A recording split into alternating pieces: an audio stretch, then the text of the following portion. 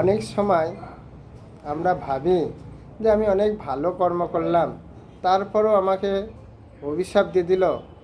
দেখুন, যদি আমরা সত্যিকারে ভালোভাবে কর্ম করি, ভালোভাবে সেবা করি বা সব কিছু ভালোভাবে করি, সে হয়তো জানতে পারলো না বা অজান্তে বা তার সে কোনো বিচারও করলো না, তার ফলে আমাকে কেউ অভিশাপ দিয়ে দিল, তখন আমরা ভেঙে পড়ি না যে আমি এত কিছু ভালো করলাম আর আমাকে প্রভু এসে অভিশাপ দিয়ে দিল বা বাবা মা আমাকে অভিশাপ দিয়ে দিল? এটাতে কোনো আপনার ক্ষতি হবে না।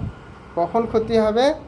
যখন আমি বাবা মা আমাকে খুব ভালো মানুষ করলো, আমি বাবা মাকে দেখলাম না, তখন যদি তারা আমাকে অভিশাপ দেয় সেটা কিন্তু কাজে লাগবে। কেমন? বা হয়তো আমাকে সোসাইটির জন্য আমি অনেক কিছু আমাকে করে দিল, তারপরে ভরণ পোষণ করলো, সব করলো, পরে আমি কী করলাম? সোসাইটির নিন্দা করে বা ভক্তের নিন্দা করে চলে গেলাম। তারা যদি অভিশাপ দেয় সেটা কিন্তু কাজে লাগবে।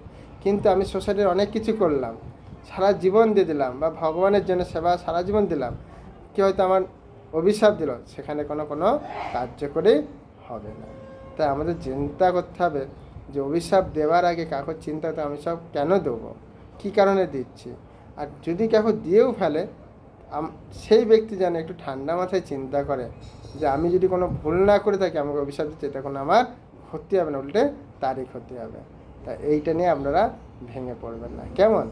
আপনারা সঠিকভাবে জীবনযাপন করুন, ভগবানের গুরু বৈষ্ণবের সাধুগুণের সেবা করুন, গুরুদেবের সেবা করুন, তাতে আপনার যে যেমনই ক্ষতি করে কিচ্ছু হবে না। দেখেন না, দুর্বাসা মানে অভিশাপ দেওয়ার চেষ্টা করলো, মারার চেষ্টা করলো, অমরেশ মহারাজকে কিছু করতে পারলো না, ভগবান স্বয়ং রক্ষা করলো।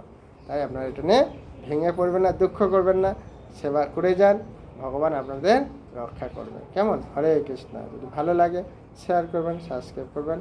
আর এটা তো কোনো পয়সা লাগছে না, তো এগুলো মন দিয়ে শ্রবণ করবেন। কেমন? হরে কৃষ্ণ।